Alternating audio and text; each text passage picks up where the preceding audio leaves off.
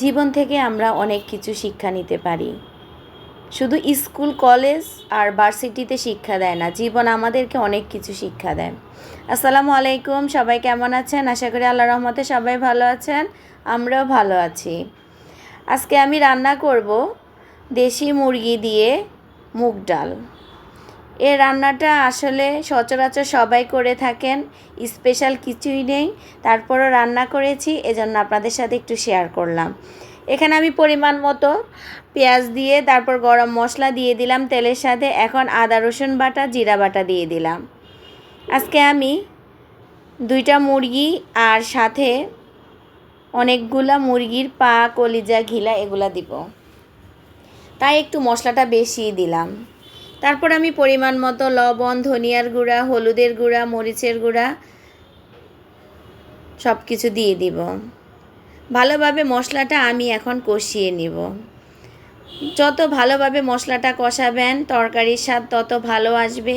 আর তেলের সাথে মশলাটা ভালোভাবে কষালে মশলা থেকে কোনো কাঁচা গন্ধ আসে না। তাই আমরা চেষ্টা করব ভালোভাবে মশলাটা কষিয়ে নিতে।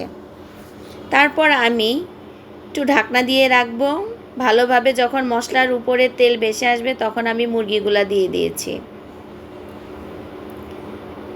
যত ভালো কষাবেন তত ভালো স্বাদ আসবে।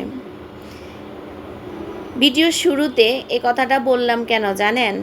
কারণ জীবন থেকে আমরা অনেক কিছু শিক্ষা পাই। বই খাতাতে, স্কুলে, কলেজে, ভার্সিটিতে তো আমরা শিখি, তারপরও বাস্তব জীবন আমাদেরকে অনেক কিছু শিক্ষা দেয়, যা আমরা স্কুল, কলেজ, ভার্সিটি থেকে পাই না। তাই বলবো জীবন থেকেও আমাদের অনেক কিছু শিক্ষণীয় আছে। এখানে আমি মুরগিগুলো ভালোভাবে কষিয়ে নেওয়ার পরে মুগ ডাল দিয়ে দিচ্ছি, ভেজে রাখা মুগ ডাল। মুগ ডালগুলো ভালোভাবে আমি মুরগির সাথে এখন কষিয়ে নেব।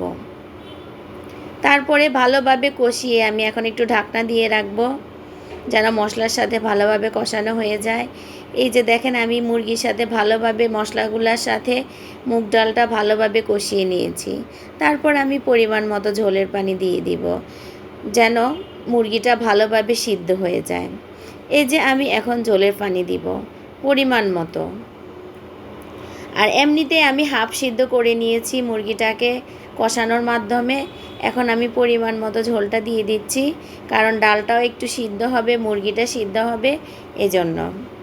আমার ভিডিওর কোনো অংশে যদি আপনাদের ভালো লাগে, একটু হলেও মন ছুঁয়ে যায়, তাহলে আমার ভিডিওতে লাইক, কমেন্ট, শেয়ার এবং সাবস্ক্রাইব করবেন। আপনাদের একটি লাইক, একটি কমেন্টস আমাদেরকে নতুন করে একটা ভিডিও তৈরি করার জন্য উৎসাহিত করে। তাই বলবো আমাদের পাশে থাকবেন। এই যে হচ্ছে আমার মুরগির ফাইনাল লুক। কেমন হয়েছে রান্নাটা অবশ্যই বলবেন। সবাইকে অসংখ্য ধন্যবাদ। আসসালামু আলাইকুম।